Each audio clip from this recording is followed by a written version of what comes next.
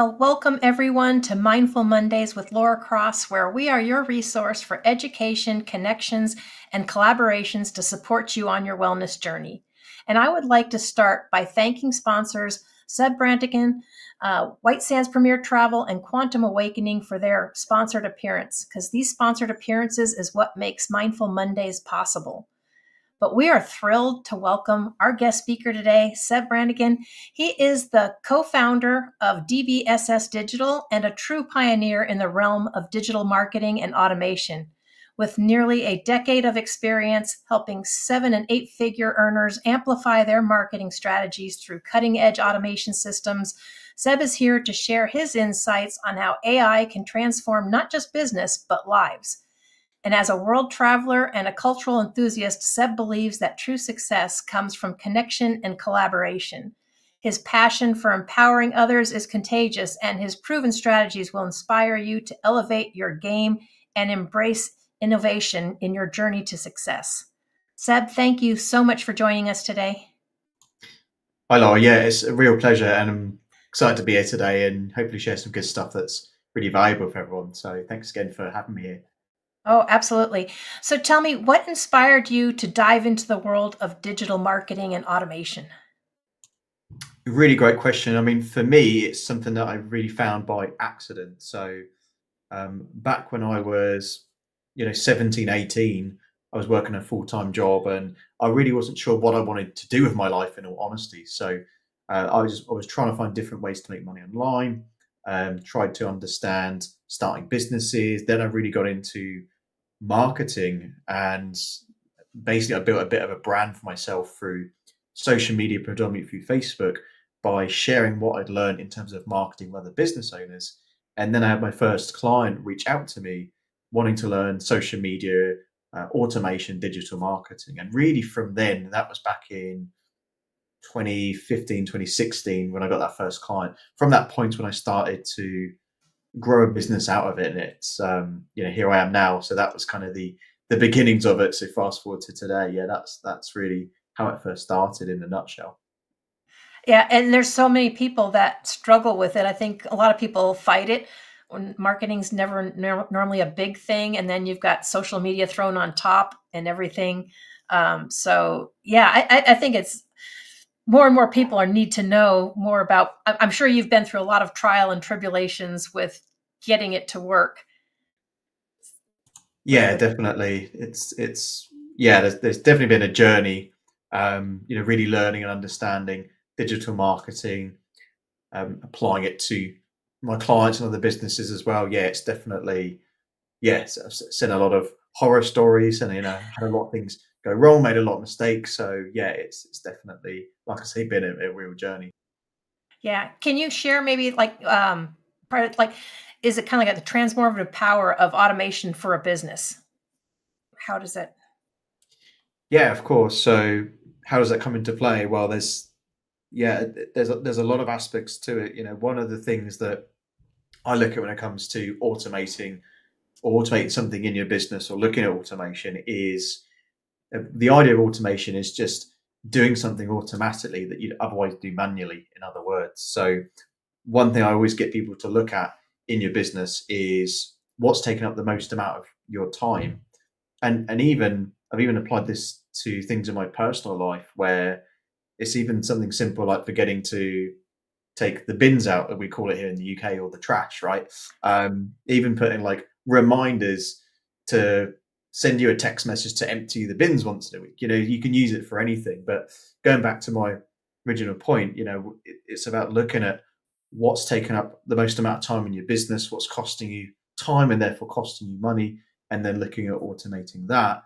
Um, and that's normally where I start. And of course, there's other solutions like you can delegate certain things in your business as well. But when it comes to automating what you do, and I always say keep it very simple. Start with something that again is taking a lot of your time that you want to automate, but make sure it's something simple. Get something simple working and automated before having to move on to other things. A lot of people think automation has to be complicated, and really it can be very simple. So those are some those are some kind of tips around starting with automation and where to go and beginning the process. Yeah, absolutely. I mean, I for one, I've gotten used to AI, but I know there's a lot of fears about AI out there. In your experience, what are some of the common misconceptions maybe that people have about AI and automation? So I think definitely in particular with AI, people think that it can be a bit of a bad thing. Of course, there's a lot of horror stories out there around AI where people are using it for bad, and that's, you can argue that about anything. You know, people use emails in a bad way. They use emails to try and deceive people and access login information or banking information. So there's a lot of conceptions that AI can be a negative thing and can do harmful things. But again, you could argue that about anything. So that's one thing that I hear a lot about AI. Another thing that I hear as well is that it's replacing humans, which there might be some truth in that. But actually, when you think about the demand for things has really skyrocketed. For example, you go to any supermarket, grocery store, and you see a lot of those machines where you go and check out your shopping and you pay for things. There's a load of machines there, but then there's also a load of humans on standby in case one of the machines doesn't work or something goes wrong, right? Right. So and that's stemmed from the demand going up, right? The demand for more people buying stuff than ever, more human beings on the planet than ever have been. Therefore, to keep up with that demand, it makes sense to have automation and AI in place, but there'll still always be that human element, I think, at least for the near future. Yeah, I would have to agree. I was gonna say, because it takes people, really, right? Because it's learning from people. We're programming it. We're giving it the information to start with. So there is still people, but I can see how some things may be going away. But on the other hand, it could also possibly create more for people. Yeah, I completely agree. And I heard this really good quote by um, comedian. I think his name's what's his name? Jimmy Carr. That's it. So he's a big comedian here in the UK. If you've not heard of him, whoever's listening, one of the things he said is, think of AI as like a cover band for like the Beatles, right? Or for whatever your favorite band is. Mhm. They'll always be the original. They'll always be the real thing, right? And think of AI as like a cover band. You can get some really good cover bands that sound exactly like the real thing, and you might not even know, and that's true. But there'll always be signs and giveaways that it's not the real original thing.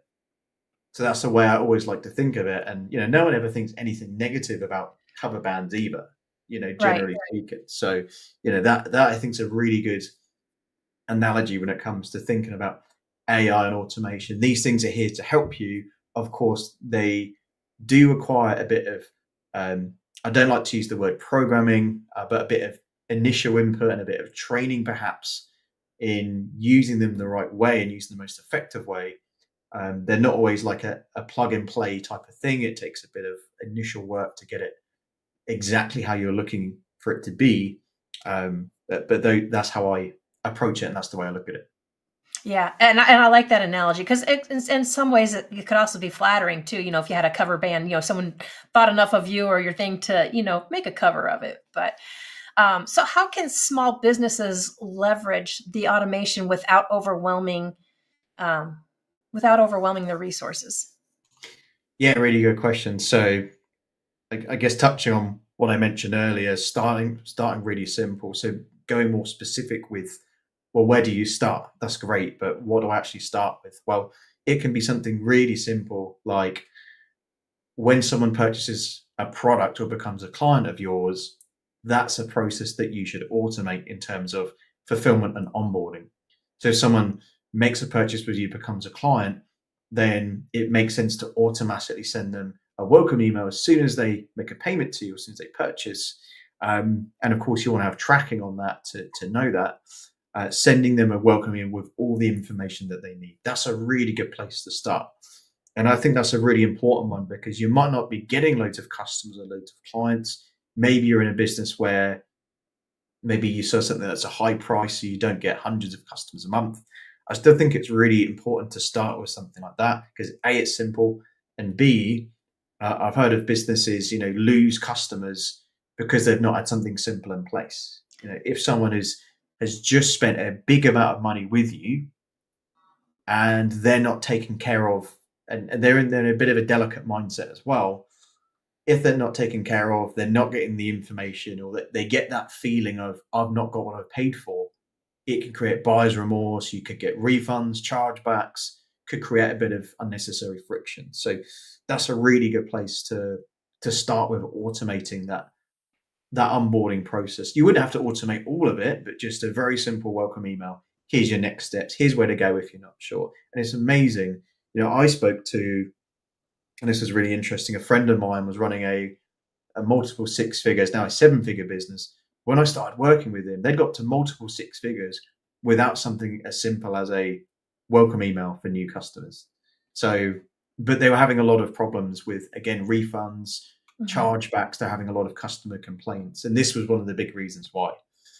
So that's a really great place, a great thing I would say to start with AI and automation. So, and I think a lot of people do that nowadays, mostly like with their CRMs and their newsletters and stuff that they do. And as one that I know I should automate more myself in the business, because it does make things easier and it takes it off. I guess some of the fear that I would have is the fact that I don't want it to become so automated that it's impersonal, and you lose kind of like that personal touch. So, because to me, there's nothing worse than when you've signed up, maybe you've bought a person's program, but yet it's still shooting you emails to hurry up and sign up and pay for it when you already did. I mean, when that happens, then you kind of definitely know it's automated. And to me, it kind of loses the human touch. Is there a fine line in there, or a way you can control that? Agreed. Yeah, that's a really good point. You don't want your marketing to look like marketing. You don't want your automations to look like automation. So yeah, that's a really good question. One great way to do that is to make sure you're looking at every possible situation within your automation. So what I mean by that is, let's say you're sending a lot of promotion emails to potential clients. You want to factor in and have something built in where if someone is already a client, or maybe they've booked in a call to discuss becoming a client, you might want to have a process where they're no longer sent those emails. So, and without getting too technical here, there's lots of ways you can do it. And disclaimer, there's lots of different CRM systems, lots of different platforms, which is why I haven't really mentioned any names, because there's just countless of them out there.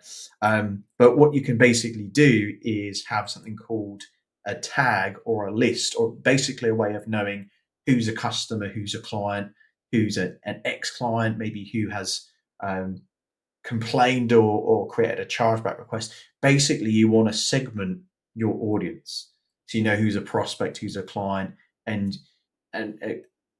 have your automation acting accordingly. So that, in other words, you're not sending loads of promotions to existing clients, or maybe potential clients who are interested in speaking with you about working with you. If they're kind of in the middle of that sales process, you probably don't want to, they're already past that initial first step. So you don't want to bombard them with loads more promotions if they've already actioned the promotion. So those are some things to really consider. And the one thing I would do is maybe draw this out, or you can use like an online mind map software, but just map out your automations, map out all of the different scenarios. So again, you're not annoying people, bugging people that are already clients, as an example. So that's one thing that I do recommend doing. The other thing you can do is use people's information inside of the automation and emails that you're sending. As an example, you can add someone's first name into an email in most CRM systems, and you can also add in someone's phone number. So for example, let's say a lead is coming to your pipeline into your CRM system. You can send an email that says, "Hey Seb, I see that you've just requested information on optimizing your business, growing your business. I just want to double check that your number is," and then you can insert their number. So it's a way of, and obviously that some people will know it's automated, but it's a way of really personalizing the email, and it's a way of initiating more of a response. Because if you're sending that type of email where you're saying, "Is this your correct number?" and they respond yes, you're more likely to get them to respond, more likely to get a bit of a dialogue. It's all about getting responses in your marketing. That's the most important thing, is how effective is your marketing? Are you doing a good enough job of getting responses either by email, text message, phone number? You're going to have a lot of different ways people do respond. But again, how are you getting people to respond? Are you making it easy for them as well? So there's a few things you can do there to make your automations more seamless and more effective and targeted, and also more personalized as well. So, what would you say for people that feel like they are technically challenged, or all of that just sounds like really overwhelming to them? Yeah, definitely. That's definitely a good thing in a way, because you're learning something. So if it overwhelms you a little bit anyway, that's a good thing. You want it to be a bit overwhelmed, because your brain's kind of growing in a way, so to speak. If you are someone where this is a bit of a challenge and you don't know how to do this, my best advice would be to outsource it. Find someone who can do this. There's lots of talented people out there that can build automations, write emails for you. But if you are going to go that route, you still need to understand what the automation can do. You don't have to understand how to build it, but you need to understand the end goal of the automation. It's very much like electricity. We all know what a light switch does in a room that we walk into. We know that if we turn on the light switch, we press our finger on it, and the light comes on. We know that that's the objective of the light switch and of the light in the room, right? But very few of us, I probably can't, but most people can't explain the start and end of how that actually works. Very few Right. They people just know can you sit there turn on and a switch and a light comes on. yeah, exactly. Very few people can sit there and accurately explain and clearly explain how that actually works. So it's very much the same thing. You need to understand what is the end goal of your automation. What are you looking to do? And also it's worth simplifying the process before you make that decision as well. So what I mean specifically is, let's say you're looking to automate a big part of your sales process. You want to look at your sales process itself before you look to automate something, because you don't want to automate something that's really complicated where it doesn't need to be. So let's say you've got a sales process and there's like 10 steps between someone becoming an inquiry and then becoming a paying customer. Can you reduce that to maybe 7 or 8 steps? Because then you've simplified the automation, and then you also saving yourself time and money by outsourcing it as well. So really, to recap on that, one is to look at what you're automating and understanding the end goal, getting very clear on that. The second one is simplifying the process if you can, or as much as you can. And the third one is hiring an expert, because it's going to save you a lot of time and money, but it's like buying your time back. Because if you have all these automations set up, or an automation set up, then you're buying your time back, because you're getting this system to do the work without you needing to do it as well. Wow. Yeah. And that makes sense too, to simplify it. Otherwise, you wind up wasting a lot of time, a lot of resources. What role would you think cultural understanding plays in the effective digital marketing strategies? Yeah, of course. It's a really good question. So I think when it comes to, cultural differences, there's a lot of things there. One of them is specifically, I'm using a virtual assistant and a team of virtual assistants over in the Philippines. So there's definitely a lot of talented people there that understand AI and automation, digital marketing. So, there's definitely specific areas and groups, and also there's a lot of talent in India, a lot of talent in Nigeria. There's a lot of different specific countries out there that really live and breathe this stuff as well. So that's one aspect to it. Another one is, using these automations in different countries and different kind of situations, as well as obviously reading the room a bit and understanding, one country and one audience is going to be different to another country, another audience. So there's, lots of different examples on that. One of them is, for example, inside of our agency, we're using WhatsApp automation at the moment. But that only really works in specific countries that use WhatsApp quite a lot. For example, it's working very well in the UAE and in Dubai specifically, where they live on WhatsApp. In other countries, we'd have to look at automation through a different platform, through text messaging. So you'd have to understand and really do your research and due diligence on the the different audiences in the different countries and the impact it has there as well. Yeah, I know WhatsApp has been, picking up more and more. I have a lot of people that I've connected with. They're like, "Are you on WhatsApp?" Because it's like the easiest thing to use and call. So I think WhatsApp is catching on. But yeah, that's a good point, because we all use something different depending on where you're at in the world. Yeah, So it definitely makes a difference, and it's important to really understand that, because there's going to be a lot of different. It's about knowing where your audience is and being in front of them. So that's really the key thing. yeah. Well, and I know we have a lot more to go over, like practical steps for someone that's considering AI and more. But we do need to take a quick break from a word from our sponsors, and we will be right back.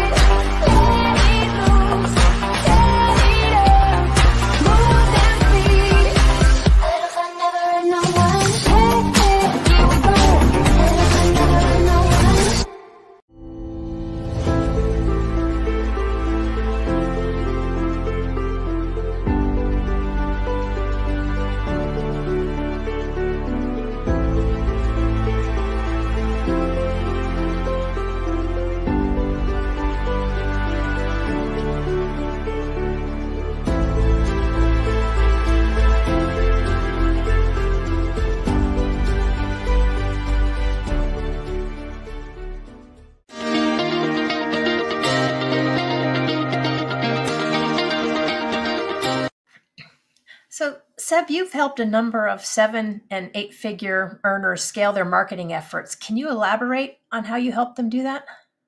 Yeah, brilliant question. So we work a lot with service-based business owners, predominantly those that are following a one-to-many model with their products and services. So, for example, one of our clients is very much an events business. So they run a lot of conferences, online events as well, a lot of webinars. So they run a lot of those. They run several of those a week, actually, in some cases. So what we help them do is manage that process. And in order to do that effectively, you need to have the right automations and what we call back-end systems in place, where to run a lot of events at the same time simultaneously, you want to have a very simple cut and paste process for each of those events. You want to have the right landing page, which is high converting and going to get you the most amount of people registered for that event or webinar, in terms of people landing on the page. So you need to have a bit of a template for that. You then need to have a bit of a template where it comes to, if we're still talking about an event, when someone registers for an event, and bear in mind this is a free event, you want to have a lot of reminders for that event leading up to the event. You want to have a lot of reminders with the logistical information in. If it's an online event, you want to have a Zoom link inside of each of those communications. If it's in person, obviously you want to have the venue information, dates, times, etc. And also have a bit of a process where if someone registers for an event, and let's say they're several days away from the event, you want to remind them why they registered for the event. What are some of the benefits? Why should they attend? Why should they be in the room? And more importantly, what are they missing out on if they don't attend? So these are all things that we look at when it comes to filling these events and also filling these webinars as well. So over the last few years, we've really developed a process where we can do a lot of that effectively and allow our clients and also ourselves to run a lot of these at scale, so that we're not spending hours and hours and hours manually sending emails, manually setting things up. We've got a bit of a rinse and repeat system created. So those are some of the things that we do on a daily basis as well. So you work with do you work with small businesses as well as large businesses, or all Yes, sizes? yeah, all sizes really. I mean, we do work with established businesses mainly, so we don't work with startups. It has to be an established business. So our ideal person is someone who is running a profitable business. Perhaps they're at six figures or near that six-figure level, or Hmm. possibly past that, looking to get to multiple six figures and seven figures. But also, we do work with smaller businesses as well. So there is a bit of a mixture, because we are referred clients as well and referred people. But specifically, ideal person is a service-based business that is looking to follow that one-to-many model. Right. So you meet with them and sit down, kind of find out what their needs are, and help them to construct an AI or an automation for them. Exactly. Yeah. One of the things that we do with, especially a new client, is we do a bit of an audit on what they already have in their business. So we look at, what does their current website or landing page look like? What do some of their automations look like? Do they have a CRM system? Is it set up correctly, or is it optimized as best as it can be? That's one of the things we do for new clients that we bring in, and also for existing clients, we do create a strategy around, what automation can we do in order to, it depends on the objective, but if the objective is to get more people registered for an event, something that we've been testing that's worked really well with, especially WhatsApp automation, if someone registers for an event, we've set up a WhatsApp automation where if someone registers for an event, they get sent a WhatsApp message, and there's a button in that WhatsApp message that says, do you have any questions? And then there's a bit of a process they can go through if they have questions. And a lot of that is automated. There's a manual element where Mhm. they might ask a question, and a human has to intervene and answer it. But that initial process, a big part of that is automated, and it works really well. Yeah, and I think we've already touched on some of them, but what are some practical first steps for someone looking to implement automation in their marketing strategy? Definitely. So one of the things I would say for sure is you need a CRM system. It's worth looking out there and seeing what CRM systems are best for you. Pretty much all of them have a free trial, or they have a 30-day money back guarantee. So I recommend finding a CRM system that definitely offers that. And you need to make sure it's fit for purpose. Some CRM systems only really work with email marketing, and they won't let you do much with landing pages. So that's one thing to look at, is making sure you're picking the right CRM system that does what you need it to do in your business. So this is why what I mentioned earlier about mapping out your automations, understanding that first before finding a CRM is really, really important. So you know if you're choosing the right CRM that's basically fit for the job. So that's the first thing I really recommend is, create the plan and the strategy before building it out. That's a really, really important thing. And, again, picking the right CRM system and software for you. Don't just look at costs, look at, again, features and what it can actually do for your business. It's better to pay for one that's slightly more expensive but does the job, versus trying to get something cheap that you're not sure if it actually works or not. And I've definitely been there as well. So Or maybe more difficult to use, or doesn't have the support, because I'm sure some of them have a better support or training videos. Because I would imagine a lot of people would need to try and learn how to, if they've never had a CRM, learn how to use a CRM and how to build exactly, one. yeah. Because like you already mentioned tags and stuff like that, but that's, could be totally foreign for somebody. Exactly, yeah. So and they all work differently. They all have, a lot of them have the same features but have different names for what they Okay. are. So one software might have tags, another software might call it a list, but it effectively is the same thing. So again, it's just as well as making sure it's got the features that you need, and making absolutely sure that that's the case. Also look at usability as well, like exactly as you mentioned, Laura. Is this something that's really easy to use? Is it really simple? Um, and just making sure it's right for you and your business. So there's a lot of CRM softwares out there that are actually specific to specific types of businesses. There's one that a friend of mine built, which I'm not sure if it's still there anymore, but he built a CRM specifically for beauty salons and hair salons and that kind of thing. So it may be worth looking at CRMs that are built for a specific type of business, because they may be simpler and only have the features that that type of business would need. So it's worth considering doing a lot of research and due diligence on this, because a lot of your automations are going to be within the CRM. So it's quite a big decision. You need to make sure that you're making a lot of checks before. Of course, you can move platforms, you can move CRMs, but you might outgrow a specific platform over time anyway.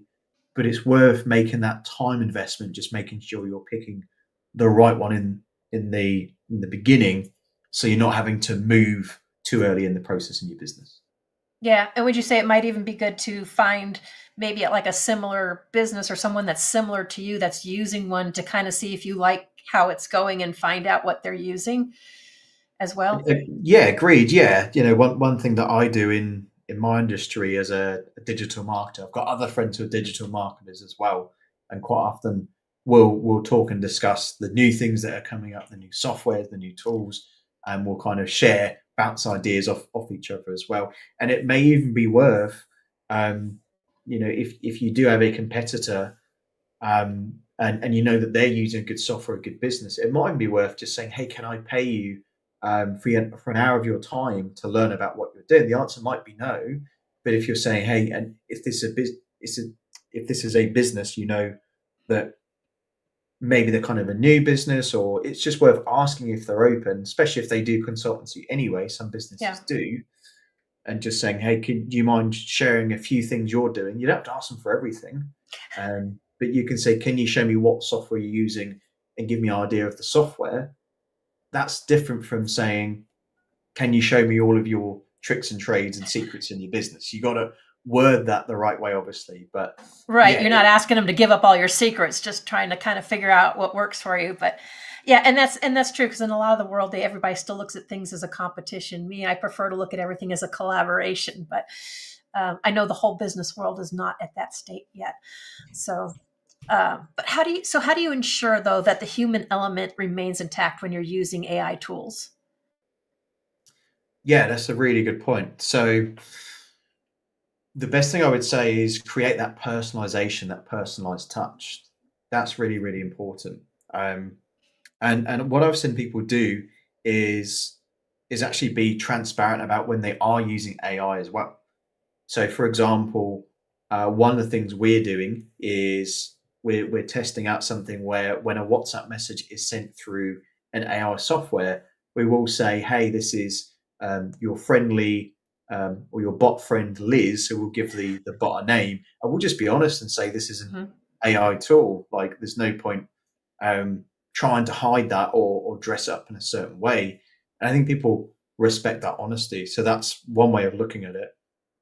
Another way is, as I mentioned, that personalization is really key, and also just making sure that your automations don't look too robotic, don't look too automated. You're better off using less automation and less kind of, I suppose, steps, making it less complicated and less fancy. If you're not entirely sure, you're better off just keeping it very simple. So let's say that you're sending an email and you want to make sure that the first name appears in the email correctly.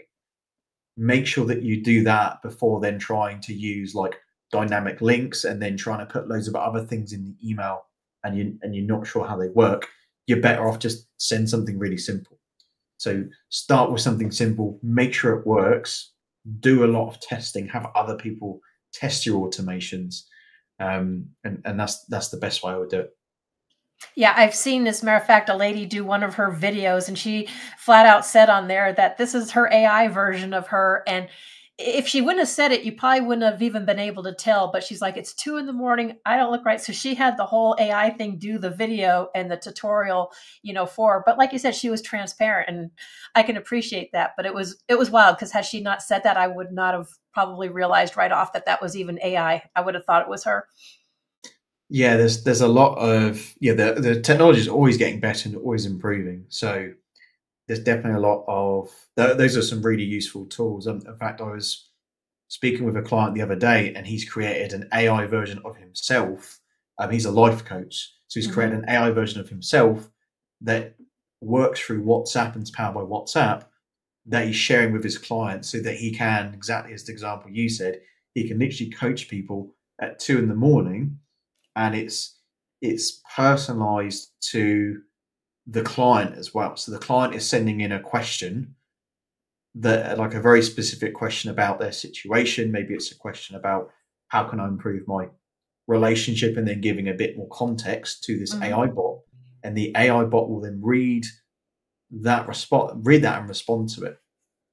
So yeah, there's a lot happening with the technology. It's always improving and always getting better. But again, it's still always going to be a cover band.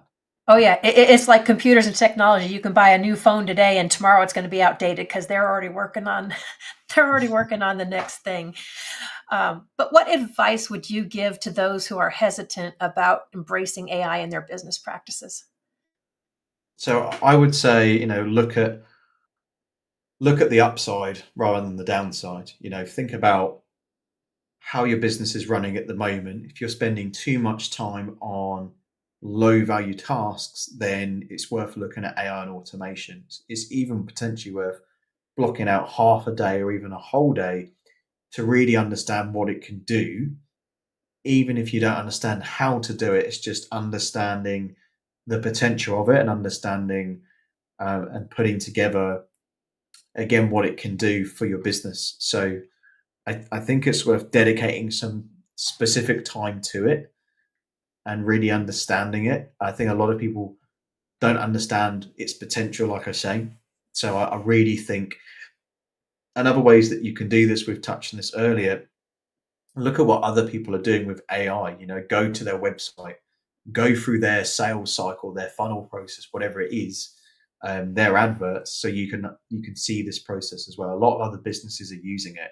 You just might not understand what it can do. You might not understand, how to know, if that makes sense. So that would be my best advice, is just, jump in and again, start with something simple and then build from there with the AI side of things. Yeah, and there's so many different tools out there. There's so many platforms now that have AI. Some of them you can actually program to sound like you, or to be empathetic or sincere, and not just have it just kick out, certain things. You can train it anyway to at least sound more like you. And I've seen AI that some platforms have, that tell it this, and that, and boom, it built a website in like less than 7 minutes or whatever. It was just boom, done. And it was really pretty amazing. Yeah, Have, it's incredible. I know I've seen GoDaddy are doing this recently, where exactly as you said, you can pretty much build an entire business with AI, and a lot of it is very low cost or free. Like with GoDaddy, you'd use AI to come up with a concept for your business. So it'd create like a business idea, and then it would create a domain name around it. So you'd have to pay for the domain name, which is like $15 a year or $10 a year. So it's very little money. And then there's like a low monthly fee to host the content on the domain name. But other than that, everything is pretty much generated by AI. It will build your website. It will add content. You just have to go in and maybe change a few things, update a few things. But yeah, you can use it to pretty much like most people who are, if anyone's listening and they're like a course creator or something like that, instead of taking weeks to build a course or a members area, you can literally do it in like minutes. Like you can do it pretty much instantly with AI. So there's a heck of a lot of potential and upside with it. And yeah, you can literally use it to build like a whole new product, a whole new concept for your business very, very quickly. Yeah, and as you said, there's good and bad to everything. And you mentioned create content creators. I also know authors that have used AI to write books, but then I've also heard that some of the publishings and stuff are cracking down and can recognize that it was an AI and won't publish them. So, how do you see the future of AI and automation evolving in the next few years? Yeah, awesome question. So I think it's going to take some time for AI to really get to a point where there'll be very little input. I still think for the next, couple of years, there'll need to be a lot of human intervention. For example, I use AI to, like I mentioned with the WhatsApp automation and the chatbot there.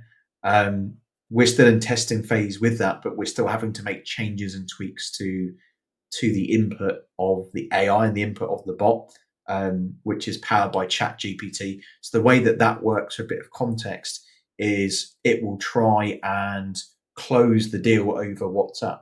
So someone is replying to the messages and the AI bot is sending them questions and trying to qualify them for the sale, which is really cool.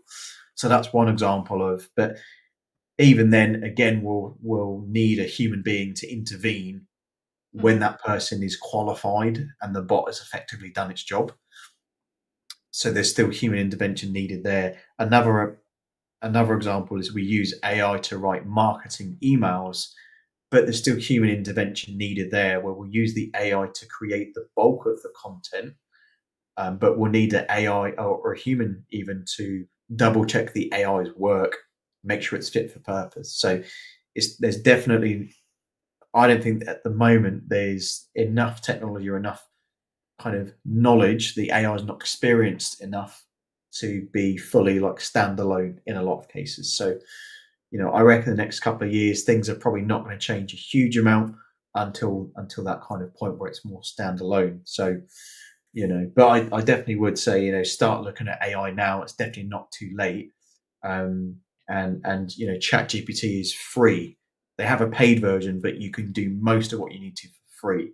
So it doesn't even cost you anything to even go and check it out. So there's really no excuse. It's one of the platforms I started on, and it was really pretty amazing because if you just can't get your thoughts together, or someone like asked for a bio, I just kind of like typed in, what I do, a little bit about me, and poop, and I was like, wow, that was pretty cool. I'm like Yeah, in seconds. It's like, it gives you ideas for all kinds of things if you talk to it right. Got to kind of know yeah, how to talk to it right and manipulate it. yeah. Make sure you say please and thank you, because you never know, right? So Yeah. Yeah. Or, yeah, or when it keeps using delve, and I'm like, okay, no, do not use that word. It's yeah. like, I don't sound like that. Don't use that word in here. Let's delve into there. But yeah. So, Exactly. There's a lot you can do with it. One of my clients was showing me you can also plug it into other services, other websites as well. One of my clients was showing me, he's over in Canada, he was showing me how you can plug it into like Air Canada, and you mhm. can use it to scan and find and book flights, and you connect it with your Air Canada account. So you can connect with other services as well. So as well as using it to generate content, find information, um, you can link it with other, like you can use it for hotels as well, for travel. Mhm. So it can connect to a lot of other services as well, which is really cool. Just saves you loads of time. I think automation in travel was one of the first things I noticed. Of course, it was mostly overseas, but how they can check things, how they got bots at the airport that can show you how to get to where, you need to go. Those have actually been around for quite a few years now, but a lot of us in the States did never even heard about it. So it's just different areas. How do you use AI mostly in your business and with other people? What ways do you use it? So we definitely use it a lot for content creation. So email marketing, we've touched on that. We use it a lot for writing sales pages as well. So if we're selling a one of our services, then we use it to create the content there. You can also use it for generating images and videos. One of the things we use it for as well, because we run Facebook adverts for our clients and Instagram adverts. Um, this is kind of already built into those. So it's not something that we've created as such, but Facebook and Instagram are using AI a lot in their platform as well, especially when it comes to adverts. So, for example, if you're running a Facebook advert, um, they've got a feature now where it uses AI. Let's say you create an advert on Facebook, it adds some music behind or to the advert. Let's say it's like an image advert, it adds some music to try and stop people in their tracks, and it finds music that's most relevant to your advert. So AI is in a lot of use in kind of the background as well. So that's really useful for us and our clients. Predominantly, though, it's for content generation. We have used it recently as well for problem solving. So we had a tech issue, one of our websites, and one of our automations. So we used it to kind of problem solve and diagnose one of the issues. So we've used it a bit more for kind of unusual stuff or stuff we haven't used it before for, but definitely for content creation predominantly. Nice. So what lasting impact do you hope your work will have on individuals and businesses around the world? Definitely. So really for us, our goal is to help business owners to buy their time back. So not only that, but helping businesses get their message across to other people. So, really for us, it's allowing our clients to do what they do best, and also to allow us to help people to buy their time back. That's something we're really passionate about. I know there's a lot of great business owners out there that have a life-changing product or service, but very few people know about it, and they're like the world's best kept secret. So that's what we help people do, is get better known and also use automation to buy your time back and free up your time a bit as well.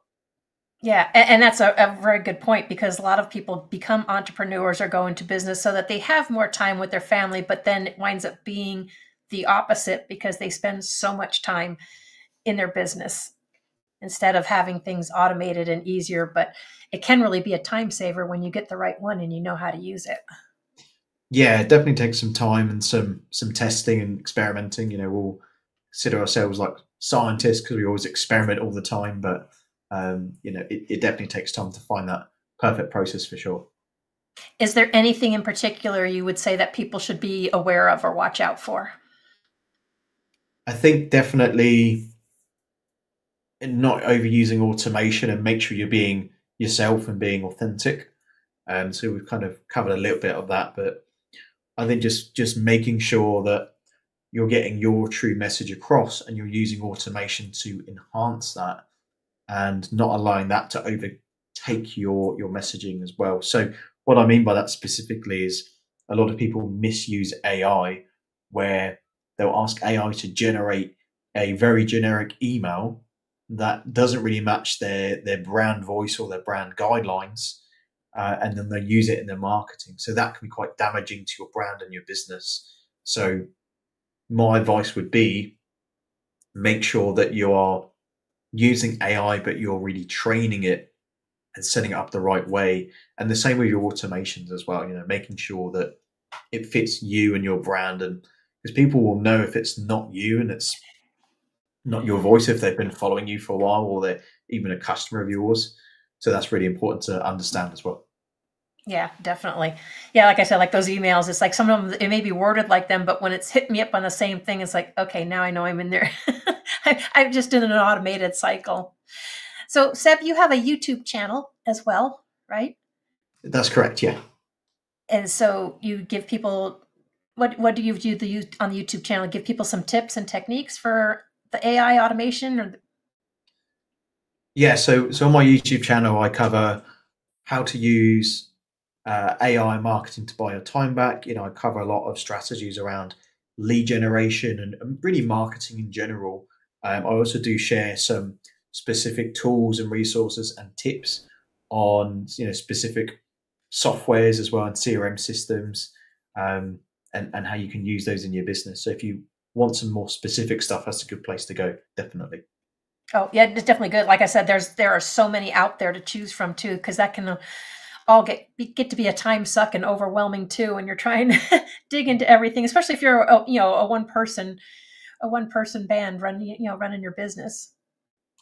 Exactly. Yeah. You want to really free up your time. I work with some, I've just spoken with a client today who's a small business owner. He only has a couple of staff, and they're kind of part-time and they're consultants, but he runs a profitable multiple six-figure business. And he doesn't need lots and lots of staff. He doesn't need lots of people full time because he's understood automation and AI and using that in his business.